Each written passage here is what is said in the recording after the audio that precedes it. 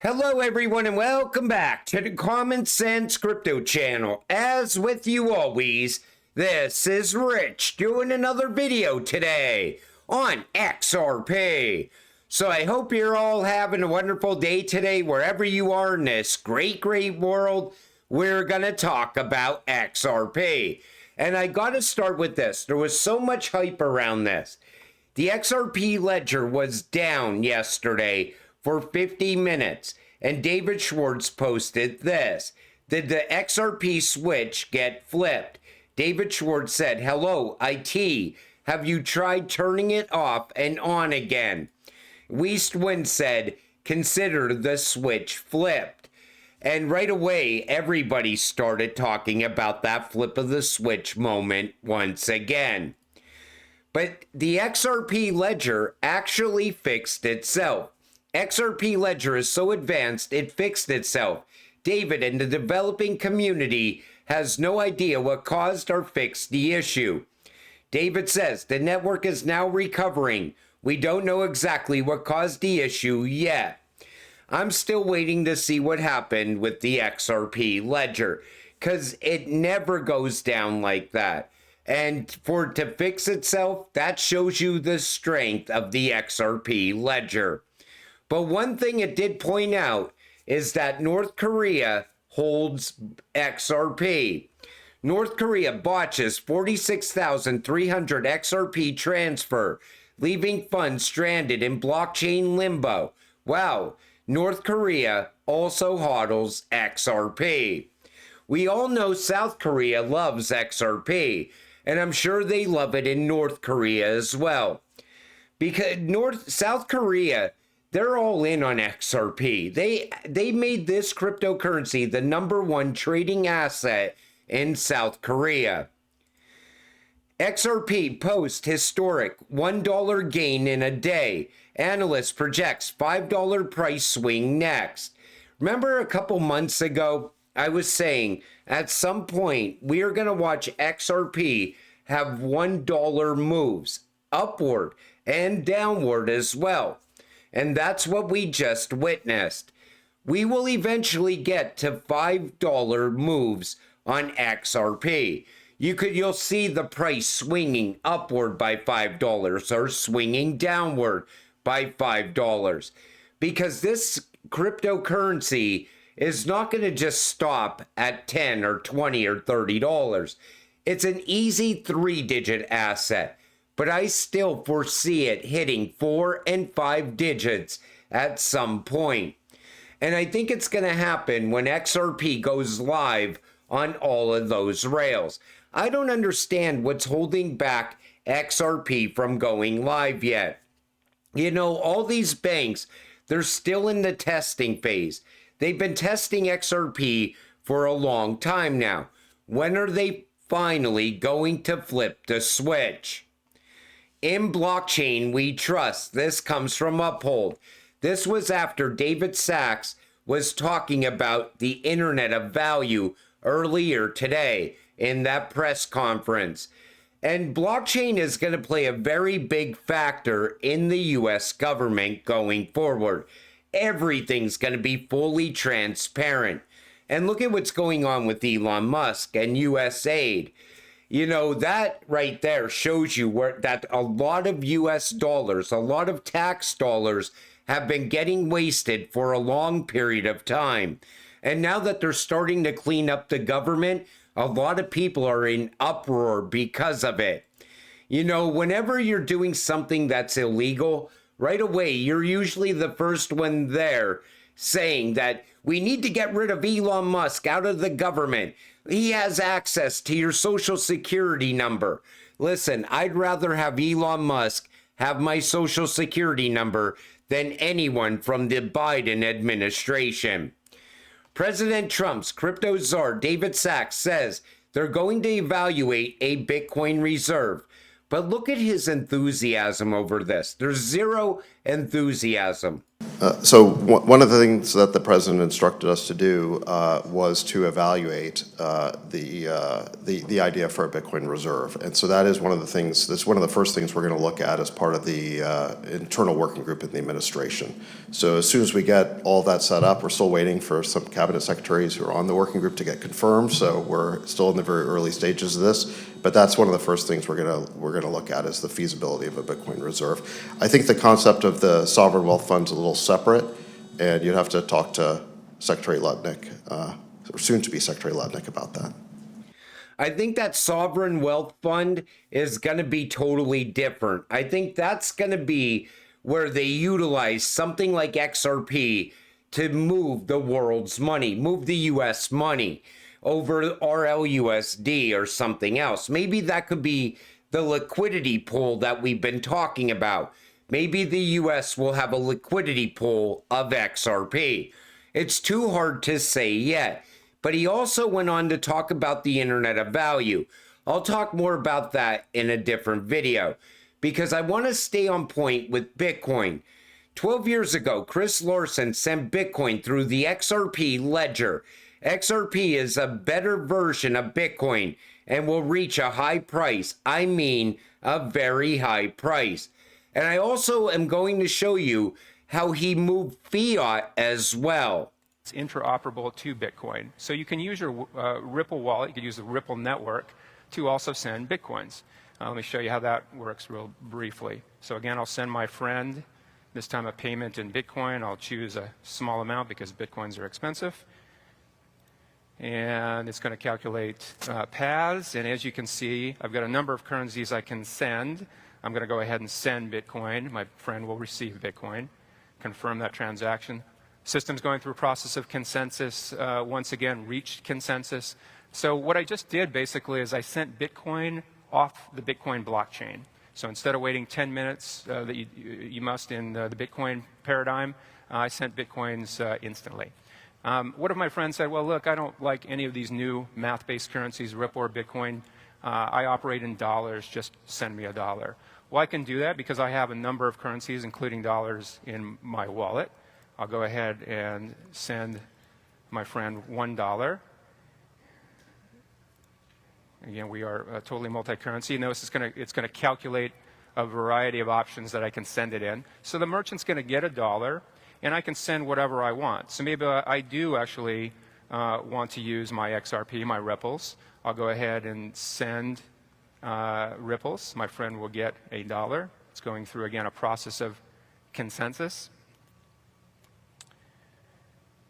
And it did clear. So my friend received the dollar. Did you see how fast that was? How fast he sent Bitcoin over the XRP ledger? And this was 12 years ago. And people still don't think that Bitcoin is going to be moving over the XRP ledger. It's going to become tokenized and it's going to be running on the XRP ledger, the Stellar Network, XDC Network, Hedera, and so on. That's the future. And this is why I always told you, we don't even need to have a central bank digital currency for XRP to succeed, because it can also move US dollars. We live in a world where real power brokers put boy geniuses up to be the faces of new innovations. Sometimes they tell you, if you're paying attention, words mean things. When Jack Dorsey, started Twitter for me, I wonder if Jack is working with Elon on payments for X. Take a listen to Greg Kidd here. Historically, my journey on payments goes back. I had done a startup, public. This young kid named Jack Dorsey hacked into it. It all blew up. He went to massage school. I went to the Kennedy School for Public Policy. I went to work for this little shop called the Board of the Federal Reserve in the payments group. And sometime later, after Jack had been nanny, when he started Twitter for me, I made a decision to roll over my shares. So I had 3% of the company. Elon bought it. I kept all my shares. I didn't sell any. I didn't have this giant payday as the company was sold.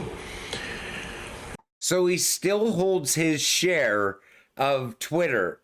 And I said, think about the video that Jack Dorsey put out on with Michael Saylor and XRP. I said, maybe he knows XRP will be used in payments on X. Maybe he knows that's what's coming next. We really don't know yet. But one thing is, all these Bitcoin maxis kept saying I was totally wrong, that Jack Dorsey absolutely loves Bitcoin. He sees the flaws of Bitcoin. Take a listen. What would stop it from being used from payments at this point? Or what would relegate it to just being digital gold, in your opinion? Well, no one uses it as payments. Like, that's it. And if it's not accessible in that sense, like if people don't understand how to use it as payments, if it's not easy, if merchants aren't accepting it, all these things will compound into people just not seeing it as relevant money, and instead of just being this digital gold rock. Do you think that it's a lack of development? Because we have things like Lightning and Fedi and other kind of layer 2, more payments focused protocols that live on top of the Bitcoin base layer. But is it more of a it needs to be used question to you, or do you still think that there's far more to build? There's always more to build. I just think it's not accessible to people. Number one issue is like people don't have Bitcoin and they have no reason to buy it other than the investment value. Number two is when they have Bitcoin, where can they actually use it if they can use it? So there's a lot of chicken and egg problems, and I think many of them are being worked on. But ultimately it has to come down to the fact that like people value this thing for a reason and they want to use it. So I do think, obviously, I think the investment vehicle is a good first step. We built a Cash App, we built a Bitcoin exchange in Cash App for that very purpose, because it's the fastest and easiest way to get people access to Bitcoin. But the next step is the hard one, which is like, how do they utilize it instead of just like watching it go up and down? How do they actually use it to exchange value? What he's actually saying is this. Buying Bitcoin for an investment, sure, it's great. But it eventually gets boring if you can't do anything with it, if you can't transact in it. And the XRP Ledger actually fixes the problems with Bitcoin. You can easily spend it over the XRP Ledger. And that's why I always tell people, sure, if you want a great investment, put your money in Bitcoin, but expect to watch it go up and down every 4 years. Now, if the 4-year cycle ends because of utility, that's it. Bitcoin's irrelevant going forward. That's why I don't see a need for a Bitcoin reserve. They want to hold it 20 years just to pay off half of the debt. Then on top of it, you still got to contend with quantum computing, which is also on the rise right now with IBM and Microsoft and so on. But it even goes beyond that. There's still the ties to China, which I think the US is going to see as a major problem. But even retail investors, don't you think it's going to get to the point like, hey, I could go over here, buy XRP, transact in XRP, use it for its actual use case in sending money, instead of just buying this and holding it forever. It gets boring. And once something gets boring, it leads to being irrelevant. And then you always got this ticking time bomb that's eventually going to collapse the price of Bitcoin. 1 billion USDT minute at Tether Treasury. Every single time Bitcoin dips, they mint more USDT out of thin air, backed by nothing. Tether cannot pass an audit. It's going to be gone in the United States with the incoming stablecoin regulations. And this is eventually going to lead to a massive crash on Bitcoin. There's about 87% value in Bitcoin is Tether. 87%. Think about that. That's what's going to disappear out of Bitcoin once Tether collapses out. It's not sustainable what Tether is doing at all. Boom, Tristan Tate talking about XRP going into hundreds of dollars. Can someone explain the XRP hype to me? Why on earth would this go to hundreds per coin? Whenever they tweet something like that or post something like that, usually they're holding XRP. But you could see how XRP gets to 3 digits. It's just a matter of time. I'm waiting for these banks to come out of the testing phase. That's going to be the moment that we've all been waiting for. Then we start looking at tokenized assets coming to the XRP ledger. XRP moving those assets as well. But I wanted to show you what is going on with Bitcoin. What can fix Bitcoin, actually? Now, if you were to start to transact Bitcoin over the XRP ledger, and everybody started utilizing the XRP ledger for that, XRP would jump in price for sure, because it would be moving the value of Bitcoin. But if nobody takes the initiative to go in this direction, Bitcoin will always stay boring because it has no utility and no real use case. And the more that the maxis fight XRP tooth and nail, don't want to believe that the same creators that created XRP created Bitcoin, and the more that they want to go in their own direction and be anti-bank, anti-government, and so on, it's all going to lead to their demise.